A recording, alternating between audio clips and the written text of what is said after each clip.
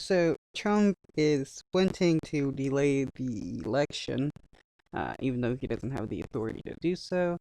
I feel like he may be trying to uh, uh, increase his length of term.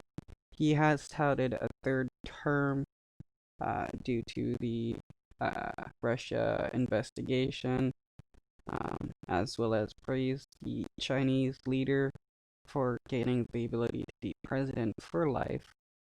Uh, Even if the elections are delayed, Trump and Vice President Pence would be removed, and the Speaker of the House of Representatives would become the president.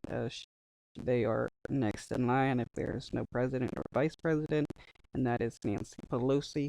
So delaying the elections would just automatically make uh, Nancy Pelosi temporary president until there is an election to vote for the new president.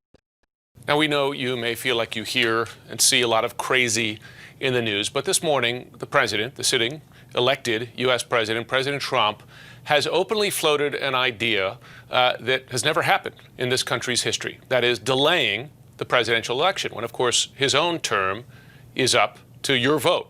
It didn't happen during the Civil War, didn't happen during World War II or World War I. In a tweet this morning, he wrote, "With universal mail-in voting, not absentee voting, which is good, 2020 will be the most inaccurate and fraudulent election in history." By the way, he makes that on no factual basis. He makes that charge.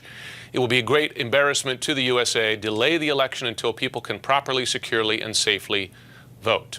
That, in a string of tweets, hundreds of them throughout his presidency, is a remarkable thing for a sitting U.S. president to say and suggest, particularly as his public support is dropping and the economy is suffering. CNN's Joe Johns joins me with more. Now, Joe, I do want to inject a little bit of skepticism here, because this is a president who often says outrageous things when he wants to distract attention. Of course, this is a day when we learn that the economy contracted by a third in the second quarter.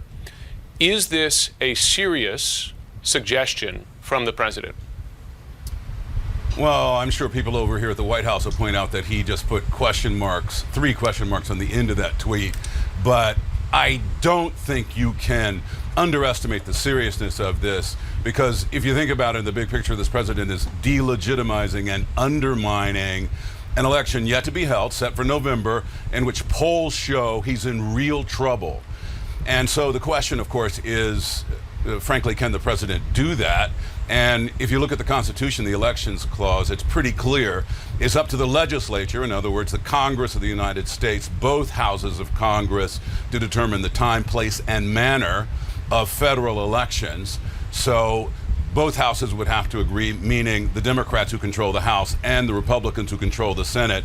And that, quite frankly, does not seem likely at all, even in the most severe emergency as it stands. So it doesn't seem likely, and nonetheless, I think we take it very seriously and examine what the president's talking about, Jim. Well, the other point here is, if he cannot do it legally, this is part of a broader message, is it not, undermining the results in advance, right, if he were to lose. Is that a reasonable analysis of this? Right, and Well, Trump has declined to say if he will vacate office if he loses the election. So there may be a possibility that Trump will try to do something in order to stay president of the United States for longer than what is necessary. Trump is a dictator, or at least a dictator wannabe, and will do what is ever possible in order to keep the power he has gained. And that whole tweet is about undermining the results before they happen, putting that prophylactic message out there that this is going to be a fraudulent election, which polls show he's in real trouble. Nonetheless, it's pretty clear that mail-in voting works, and the president, frankly, is just in real trouble, and that's why you see this tweet. Well, we'll see if sitting Republican lawmakers publicly and resolutely reject it. They've been challenged before, often do not do so. Joe Johns at the White House, thanks very much.